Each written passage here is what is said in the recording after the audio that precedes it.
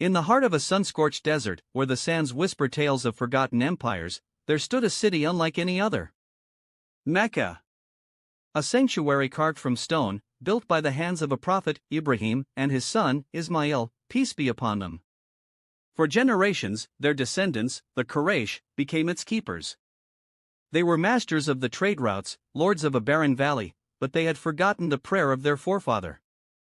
They guarded the house of God, but had lost the God of the house. In an age of darkness, where the strong preyed on the weak and daughters were buried alive, a light was waiting in the shadows, a light that would not be extinguished. This is not just the story of a man. This is the story of a family, the story of a promise, long before the first revelation. Our story begins not with a birth, but with a vow. A vow that would shake the very foundations of a family. The patriarch, Abdul-Muttalib, a leader of immense dignity, was a man haunted by a dream. He dreamed of rediscovering the lost well of Zamzam, the spring that had once quenched the thirst of Ismail himself. The Quraysh mocked him. "Dig in a desert of dreams, old man," they said. But he dug, with a faith that moved mountains of sand. And then, a miracle.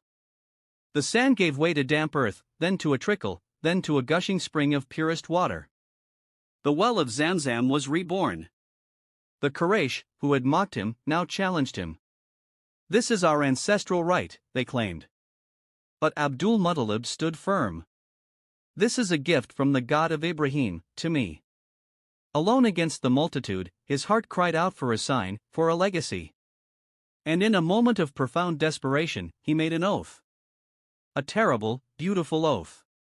"O God," he whispered, "if you grant me 10 sons, strong enough to defend this truth, I will sacrifice one of them, for you." The years passed. And God answered his prayer. 10 sons grew tall and strong under his roof. The Quraysh dared not challenge him again. But a heart at peace is a heart that forgets. Heaven, however, does not. The dream returned. The vow echoed in the silence of the night. "Fulfill your promise." The time had come. The cost of his miracle was due. With a heavy heart, he gathered his sons. He did not command. He pleaded. He explained the oath that bound his soul. To their eternal credit, these brave young men, they agreed. "We will abide by the will of the lot, Father." The arrows were drawn.